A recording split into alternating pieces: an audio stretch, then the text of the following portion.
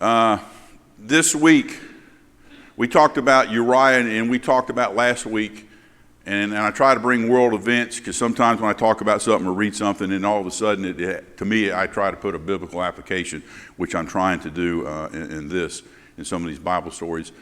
We talked about Uriah the Hittite and King David giving, was it Joab, the orders to kill Uriah the Hittite, and we asked if that was a war crime.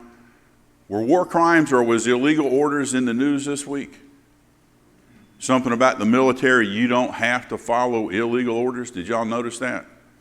And when I saw that, I figured back to Uriah and stuff like that. So just saying things like that is, even though we read about it way back then, we may not look at it like that, an illegal order to have somebody killed, which would be considered murder. But then again, this week they're talking about members of the military, if you get an illegal order, you don't have to do it.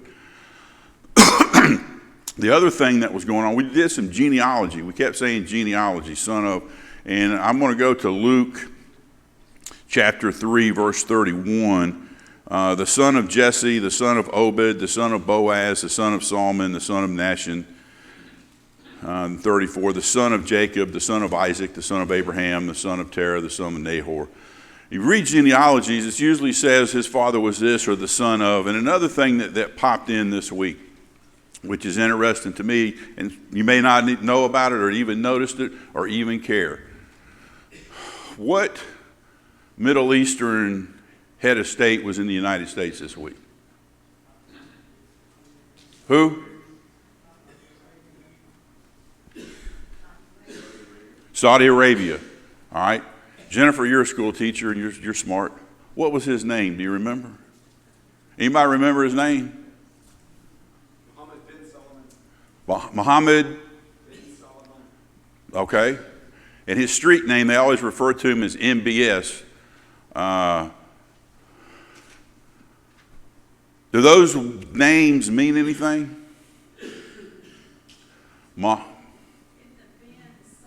Ben is son of. So when we read genealogy and we read out of the New Testament and the Old Testament, the son of Abraham, MBS from Saudi Arabia is Mohammed, son of Salmon. Salmon. All right? Just like here, and I'm reading in verse 34, the Ben of Jacob, the Jacob Ben of Isaac, Jacob Ben Isaac, that's what. So when you hear this, genealogy and the way they do names, that's straight out of the Bible, and they can trace their roots back to Abraham as well. So Mohammed bin Osama bin Laden, what does that mean? His first name is Osama. Ben is son of Laden. That's how they keep there. So when Osama bin Laden has a son, it would be whatever his name, son of Laden. So that's how it goes. Anyway, just interesting stuff for me. Y'all may not. Sir? I was just going to say, we used to have the same tradition back before, America was settled. We had the same, and that's where last names, can't remember what century it was, when the last name came about, like you still have Johnsons and Jeffersons, because at one time it meant son of Jeff. Yeah. At one time it just slowly, that just slowly fell out. Stopped being a tradition. Well, which brings another tradition. When other countries are different, who's the president of North Korea? Kim Jong-un? What's his first name?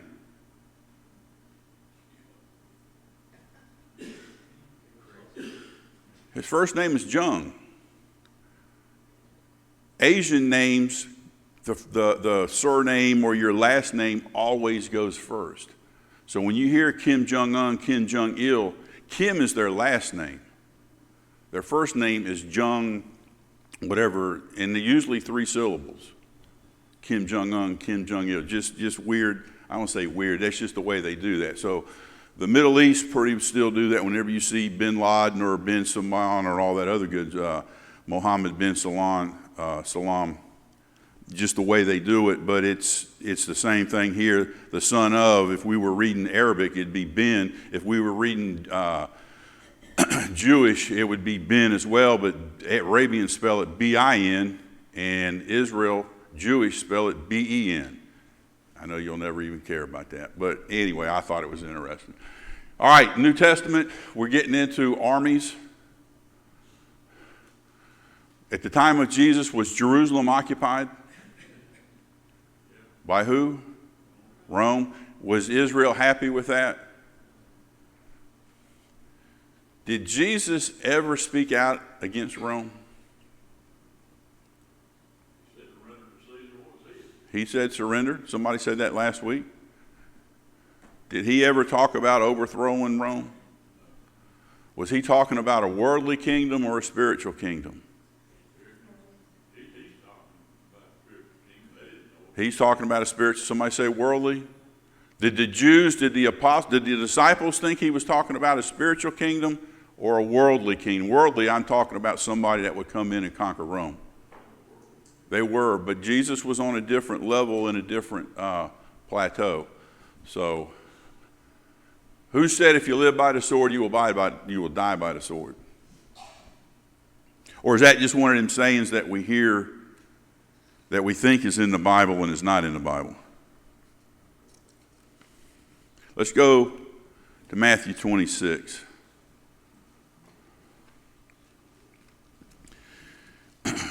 Was Jesus peaceful? All right, Matthew 26, verses 51 to 53. And he's in the Garden of Gethsemane. And Jesus said to him, "Put your sword in its place, for all who take the sword will perish by the sword. Or do you think that I cannot now pray to my Father, and he will provide me with more than 12 legions of angels? How then could the scriptures be fulfilled?" And it must happen thus. So when somebody says, if you live by the sword, you'll die by the sword, what are they talking about? They talking about the literal sense?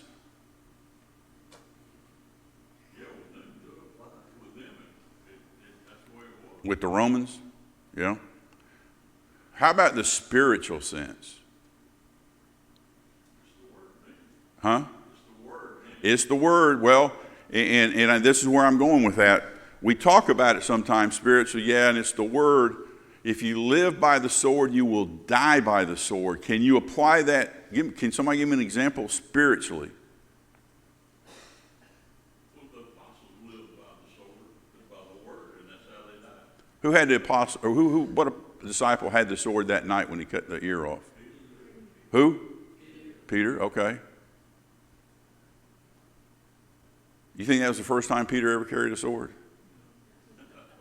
Do we think about stuff? But spiritually, if you live by the sword, you will die by the sword. Can you make a spiritual application? Maybe not a worldly application. Not a soldier, if you're in a battle or whatever, you shoot at me, I'm going to shoot at you back. Well, you said the sword of the Spirit is the word of God. Okay. What does that mean? Say it again. It's what you fight with and what you die with. It's fight with, it's what you die with.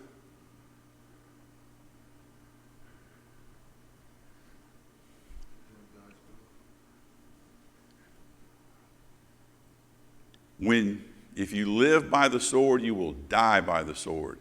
If you preach by the word, will you die by the word? All right, well, and I'm getting to the spiritual sense. Was Jesus forgiving? Are we forgiving?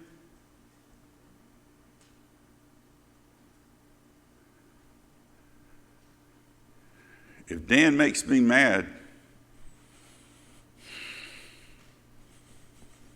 I'm not talking to Dan, and that's on the golf course.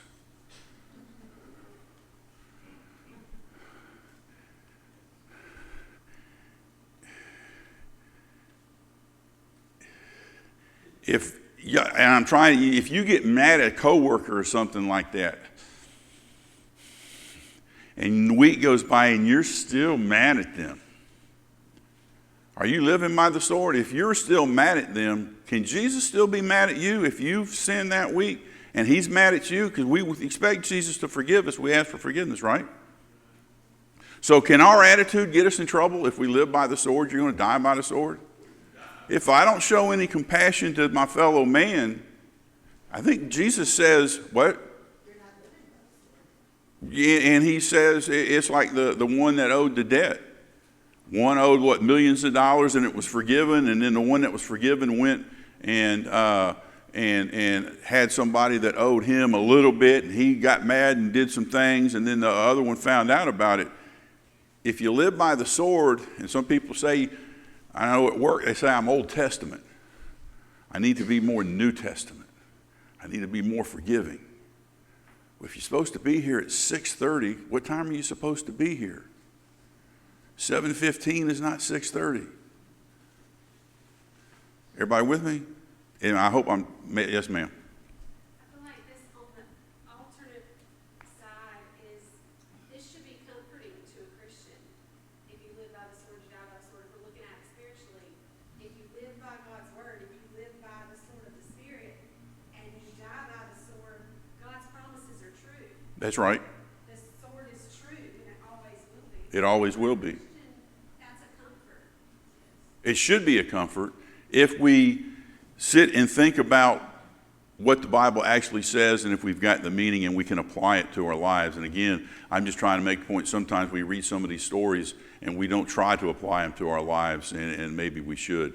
But he mentioned something in this verse, and we're going to go on, and I'm going to talk about what's a Roman legion.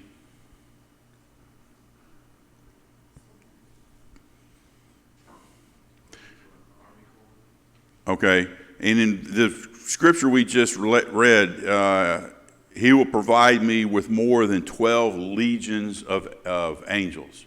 He's talking legions there. A legion was in Jesus' time was approximately 3,000 to 7,000, and in Jesus' time was approximately 6,000 people. So he says, how many legions? Why did he use the term legion? And we still use those terms today, or do we talk about legions today?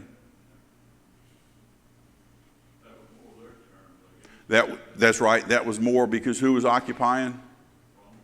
And when you're trying to spread the word, do you talk about terms that people don't understand? Jesus could have called legions. Again, I'm sorry? Like in the old saying, when in Rome, live like Romans. When in Rome, do as the Romans do. You have to bring it to life. It does, and it brings it to life. Back from the, that saying comes from 2,000 years ago. Raymond? You have to use the terms at your present. You can't use terms 100 years back that people won't understand. Use the terms that you're familiar with. Back in the legion was back then. We may recognize it as a brigade. What's in a brigade in the Army now? How many is in a brigade? Approximately 5,000. All right, approximately 5,000. So it'd be equal to a brigade. And if you're military, you have how many brigades are in a division? When I was in, it was 3. Combat infantry. So that's how many that he's talking about. He could have called legions, and Archangel Michael in Revelation was over legions. And we're getting back to, can you be a soldier of Christ and be a soldier of the American military? Why does he describe these numbers as legions, which was a Roman army term? We heard it all the time. We were familiar with it because Rome was all around them. That's right. Okay, it was an everyday term, so they could relate to that. All right. We read about some of these terms, which we may discuss about. Well, here it goes. A Roman centurion was a commander of 100 soldiers. In the centurion's faith, let's go to Matthew 8 and read about the centurion.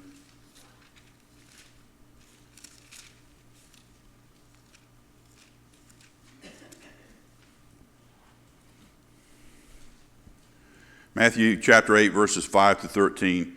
Now when Jesus, and we're talking about Jesus, had entered Capernaum, a centurion came to him pleading with him, saying, Lord, my servant is lying at home, paralyzed, dreadfully tormented. And Jesus said to him, I will come and heal him. The centurion answered and said, Lord, I am not worthy that you should come under my roof, but only speak a word and my servant will be healed. For I also am a man under authority, having soldiers under me. And I say to this one, go, and he goes, and to another, come, and he comes, and to my servant, do this, and he does that. When Jesus heard it, he marveled and said to those who followed, assuredly, I say to you, I have not found such great faith, not even in Israel. And I say to you that many will come from the east and west and sit down with Abraham, Isaac, and Jacob, there's that genealogy again, in the kingdom of heaven. But the sons of the kingdom will be cast out into inner darkness. There will be weeping and gnashing of teeth. Then Jesus said to the centurion, go your way, and as you have believed, so let it be done for you. And his servant was healed that same hour. Pretty obvious, but what was Jesus' feelings toward the centurion?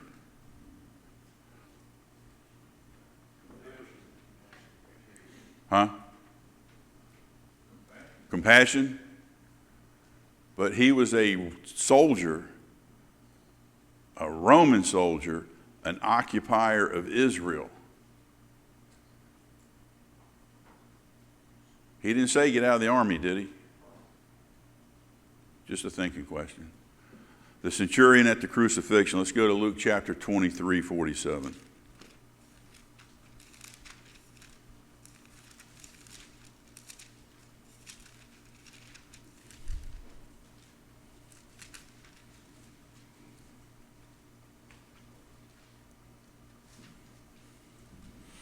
So when the centurion saw what had happened, he glorified God, saying, certainly this was a righteous man. There's another centurion. So my question here is, can people in the military come to know Jesus? Can they accept Jesus? All right, and this is another, I guess, thinking question. And it doesn't say that here, but if he believed Jesus and became a Christian, could he be a Christian Roman soldier? Do you think Jesus would have a problem with that?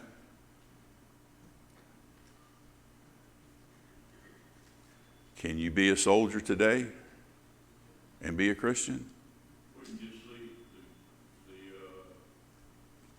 the information that gives us about Cornelius and see, the person can.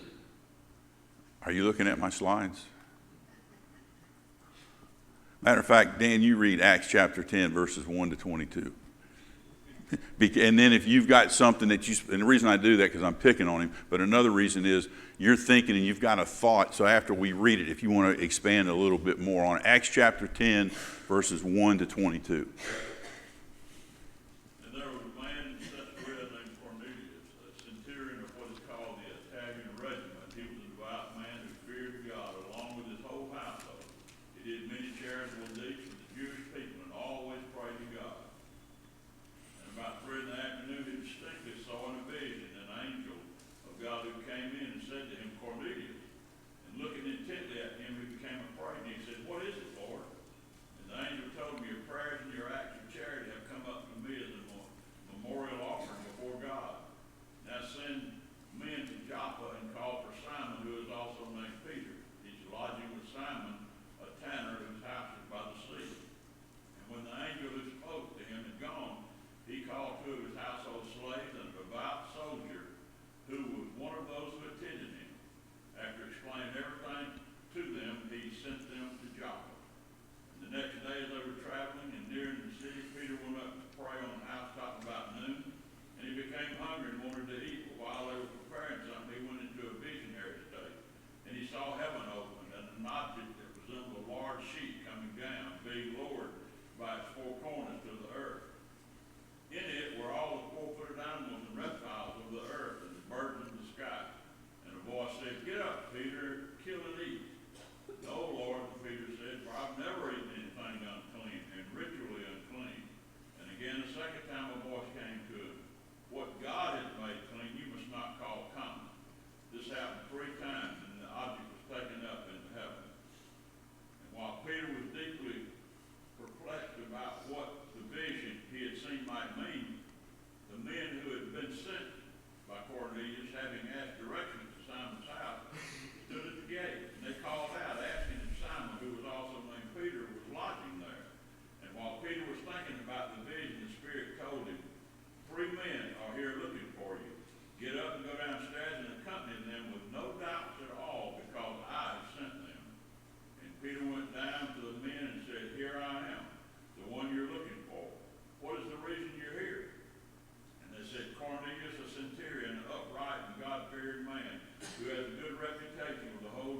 nation was divinely directed by a holy angel to call you to his house and to hear a message from you. And Peter then invited them in and gave them lodging. The next day he got up and set out with them, and some of the brothers from Joppa went with him. Is that it? That's good. All right, so Cornelius was what? A centurion, first of all. He was a devout man. What was the purpose of this vision that Peter got? That God is not accepting these Gentiles into the, that he's accepting them. Okay, that he's now accepting the and who was and some of this stuff is basic, but we go back sometimes to just understand and maybe try to apply it today on some terms that we hear. What was a Gentile back in the day? A non-Jew. Somebody that was not a Jew was a Gentile. All right? And in the Old Testament, somebody that was not a Jew was a Gentile. They called them barbarians, infidels, Philistines, all right? Because they were not of the family of God. Are there religions today that call, if you're not their religion, infidels? All right? When you hear that, that is sort of the mindset that the Jews had towards the Romans. A hatred, a rebellious attitude. So when Peter has this vision to say, hey, everybody's clean now, not just the Romans. Romans is a broad term because you're a shopkeeper and I'm buying goods from you and you're cutting me some good deals, that's okay. But now he's talking about not just a Roman, he's talking about the soldiers too. You're the one that made me carry your backpack last week. Get over it. All right, because you know that you've heard the saying, go the extra mile. Where does that come from? In Roman law, if they wanted and I stopped and I was feeling kind of tired, you pick this up and carry it. And how far were they supposed to carry it? 1 mile. They had to do that. But what did Jesus say? Go the extra mile. All right. So that's one of those terms that come from there. So this is a big deal when they have to go out and they start accepting the unclean. And Cornelius, and again, he's in verse 22, and they said, Cornelius the centurion, a just man, one who fears God and has a good reputation among all the nation of the Jews. Is that a big deal? Let's put it into our situation. You, as you're sitting there in Columbus, Georgia on November, whatever day it is, 23rd, 2025, do you have a good reputation? That's what he's talking about. These people were people, they should really be hating these Romans, especially a soldier. But now they're talking about a Roman who is a soldier. He's got a good reputation. Is it possible? So again, is it possible to be in the military and have a good reputation? I will tell you, and I've told you this before, when I travel and I go overseas into some countries, 2 things I don't mention. I'm prior Army, and I was a police officer. Why don't I mention that in some of these countries? Who's the oppressors in some of these countries? Those people. And is it a mindset that you can change if you go into all the world preaching the gospel and you're dealing in a country that the military takes advantage of people or the police take advantage of people, and I tell you, hey, you're Mr. Chad, I'm a retired Army guy and a retired policeman. Huh? That's right. I don't want to talk to you. So it is, you've got to know where it is. But the question, I guess, is, do you have a good reputation? Do people at work, do they know that you're a Christian? Do they know you're a child of God? And it's by your actions and your words. And I don't say, and I had a guy at work one time who got up and preached every day when he came in. Just preaching, and it was a group of people about this size, and it was throughout. If you're not with God, you're going to burn in hell. He'd do that 2 or 3 times a week. What was the response, you think, of the people here? They turned away, and viciously they turned away. And he was a young lad, and I pulled him off to the side and said, listen, you've got to know, well, one of them Kenny Rogers, you got to know when to hold them and when to fold them. Because it got to be Merry Christmas, and he would write Merry Christmas on the board.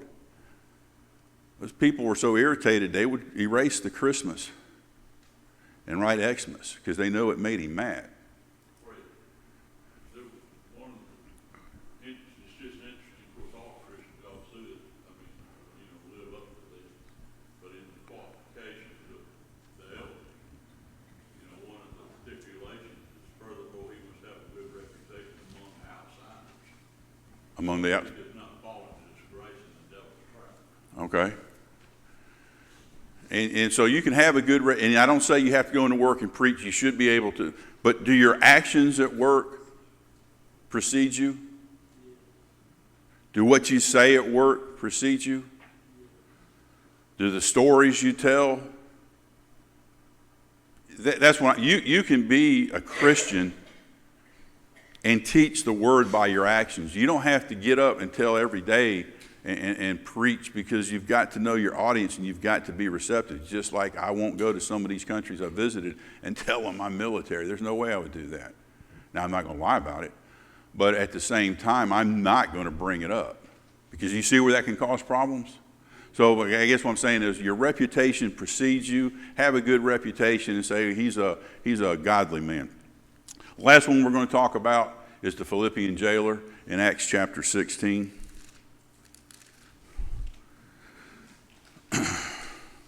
Dan, do you have any more comments that you wanted to talk about on that?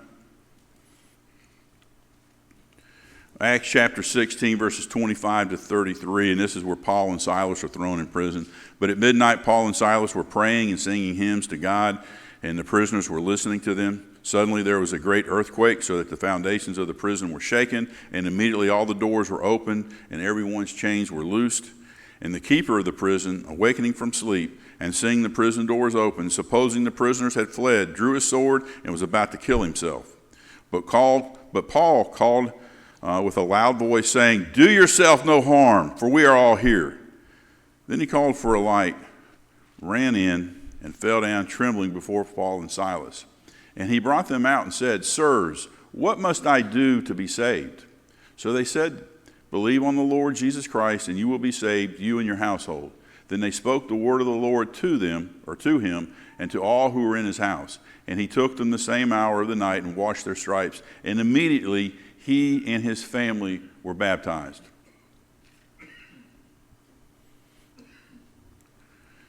So did the jailer, was he working for Israel or was he working for Rome?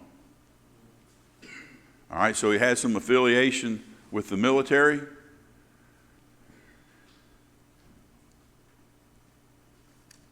How do you think the jailer knew about Paul and Silas? Word gets around? He probably heard him singing too. Probably heard him singing too. Well, why would hearing him singing make a difference in a prison? Back in those days. It wasn't nothing pleasant. Nothing to be singing about, that's right. And in a movie, and I like this movie, and I bring it up. If you ever watch Ben-Hur, and they throw his family in prison, that's what those prisons, cold, wet, dank, no light. Sometimes you got food thrown in there in a pail, and you did with whatever that you did. Sometimes you were locked with chains on your arms, on your feet, and till whenever your time was up or till whenever you went to trial, that's the way you lived. And to hear somebody singing and being happy, how can you be happy in something like that? Because this world is not your home, and it ties into what Brooke was saying.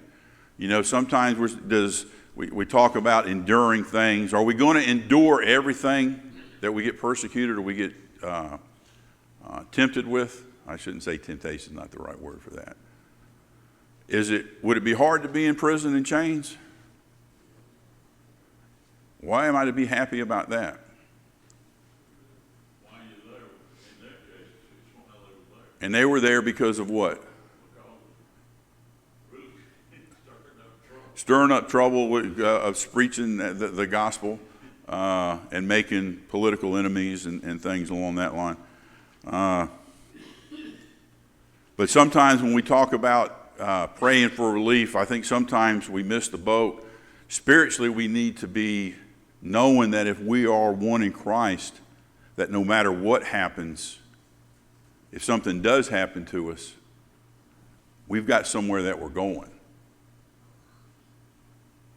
And it goes back to Philip, and Philip said it at the beginning, it's hard to be in the military in other professions, but he specifically said he can't imagine being in a war zone in the military and not believing in God and believing in Jesus. And I agree with that.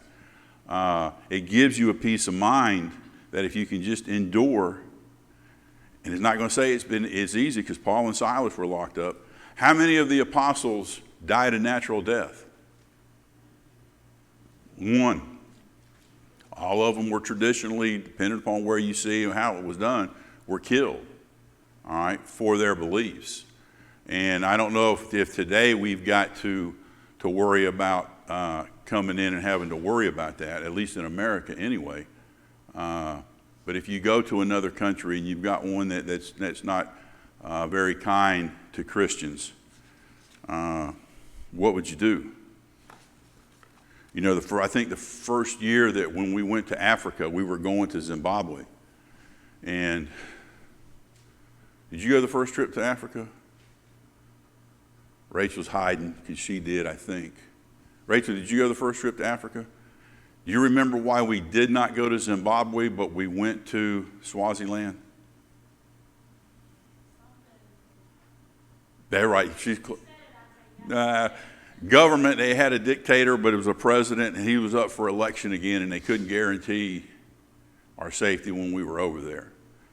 In the cities, they probably could, but when we went out, they call it the bush, when we went out to the rural areas where there is no really law, it's by whatever, they couldn't guarantee the safety.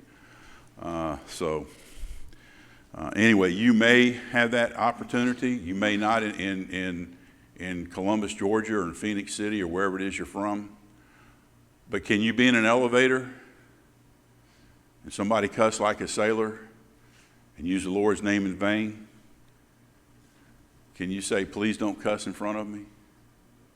Or can you laugh with them? Is that some type of religious persecution? Because now you've got to take a stand in front of probably more than 1, 2, 3, or 4, or 5 people that's in that elevator. And you're the one that said, please don't cuss. Somebody had a hand up. 1 Peter what, 4? 13.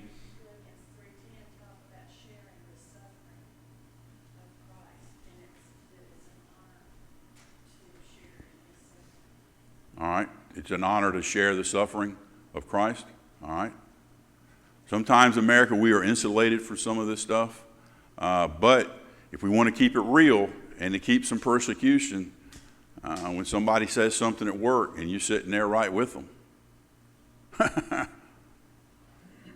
do you say, please don't say nothing to me, or do you get up and leave? Where are you going now? I don't need to hear any of this. Because then, are you making a stand when you do that? Does everybody know you're making a stand when you do that, or at least those that are there? And how do you feel about that when you make that stand? I'm just trying to put us in some of these situations because we'll probably never be thrown into a lion's den. We'll probably never be thrown into a fiery furnace. Huh?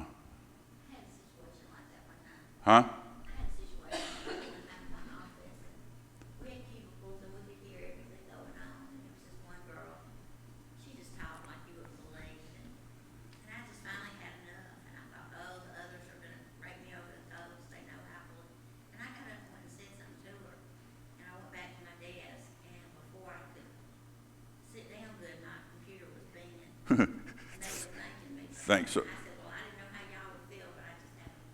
And she said something to somebody that was saying it and went back. By the time she sat down her computer, I guess that's before texting and cell phones and all that other stuff.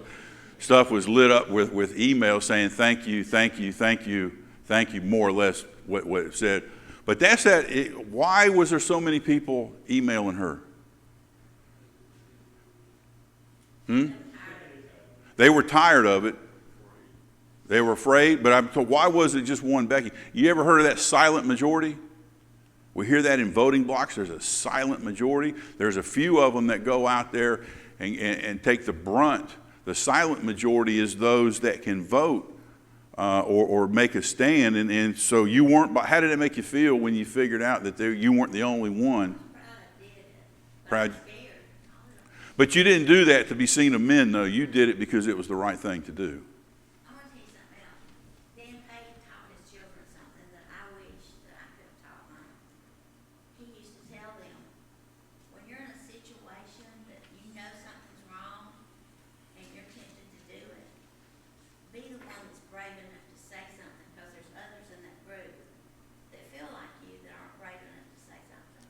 Everybody hear that? If your kids or whatever, and if they're talking about doing something that you probably shouldn't be doing, to be the one to stand up, because there are probably others in that group that, and that's right. I had a similar experience years ago. I was at Harvard High School years ago, and I was sitting next to a classmate, and he had Nazi propaganda stickers, and it's not worth repeating.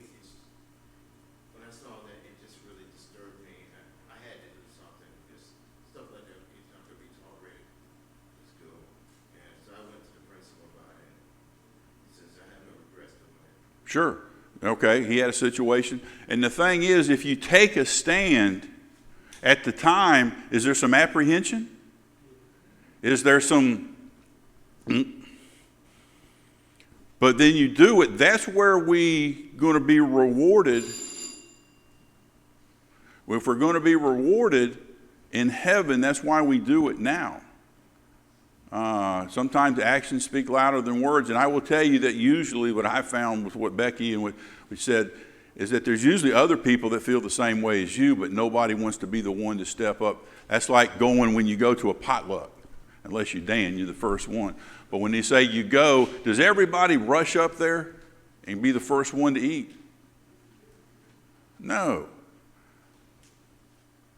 Most people will stand and they're waiting for somebody else to get up and go. Brooke, is that right? Sometimes? Huh? Well, there's some exceptions to that. There are some exceptions. But there are some that when you sit there, and I've sat there, and we're looking, and nobody wants, I'll be right behind you. Have you done that? Or had anybody said that to you? All right, so take a stand. It doesn't have to be bold, but you can take a stand, and God knows. And sir. I never could stand it here to take God's name in vain, but you can be real creative when you do it without being confrontational. I said to a man one time, I said, that's not really my God's last name. And what was the reaction? He said that somebody took the God's name in vain. He said, that's not my God's last name. And how did they take it? He went blank. Didn't know what he was talking about. But because of what he said. Well, and how was after he said that, how did you say anything else, or did you just, how do you think he took it walking away? I know how he took it. He knew that I didn't appreciate it. He knew that he didn't appreciate it. Are you, and can people know that you're a Christian and you never preach a word to them? I'm telling you, your actions are, and I'm going to use me as an example. At work, people will come up and blankety blank blank. Oh, I'm sorry. I didn't mean to say that in front of you. And I said, well, why you say, don't worry about me. Why are you saying it at all? It's a nice, but at least they know, I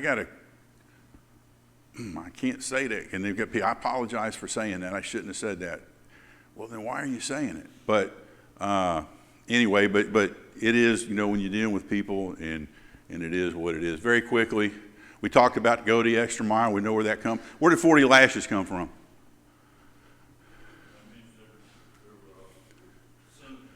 How many, who could, when they whipped Jesus, how many times did he get whipped? 39. Let me ask you a question. Did he get whipped under the Jewish law or under the Roman law? Who did the whipping? So did he get whipped under Roman law or Jewish law? I'm just asking. That's a thought question. People will say it's Jewish, and then that's why they stopped at 39, crucifixion. Anyway, we'll talk about the next week, and we'll finish up with spiritual warfare. Appreciate everyone's time and comments.